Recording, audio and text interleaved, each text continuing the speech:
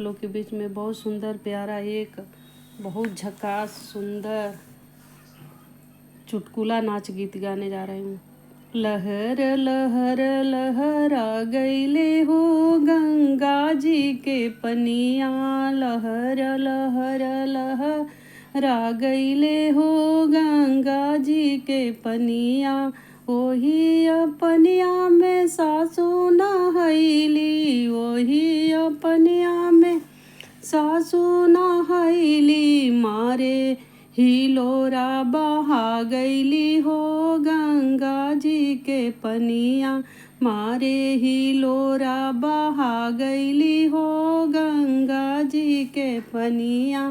सासू बहैली बड़ा निक भैले, सासू बहैली बड़ा निक भैले, झगड़ा के झंझट ओरा गईले हो गंगा जी के पनिया, झगड़ा के झंझट ओरा गईले हो गंगा जी के पनिया, लहर लहर लहरा गईले हो गंगा जी के पनिया, ओही अपनिया में जेठनी नहैली, ओही अपनिया में जेठनी नहैली, मारे हिलोरा बहा गईली हो गंगा जी के पनिया, मारे हिलोरा बहा गईली हो गंगा जी के पनिया, जेठनी बहैली बड़ा निक भैले, जेठनी बहैली बड़ा निक भैले, अलगा के झंझट ओरा गईले हो गंगा जी के पनिया, अलगे के झंझट ओरा गईले हो गंगा जी के पनिया, लहर लहर लहरा गईले हो गंगा जी के पनिया, लहर लहर लहरा गईले हो गंगा जी के पनिया,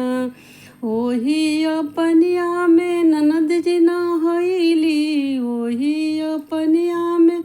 ननद जी नहैली, मारे हिलोरा बहा गईली हो गंगा जी के पनिया,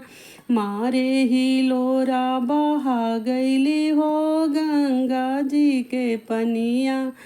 ननद जी बहैली बड़ा निक भैले, ननद जी बहैली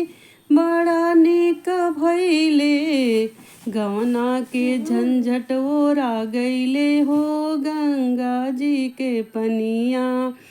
गवना के झंझट ओरा गईले हो गंगा जी के पनिया, लहर लहर लहरा गईले हो गंगा जी के पनिया, लहर लहर लहरा गईले हो गंगा जी के पनिया।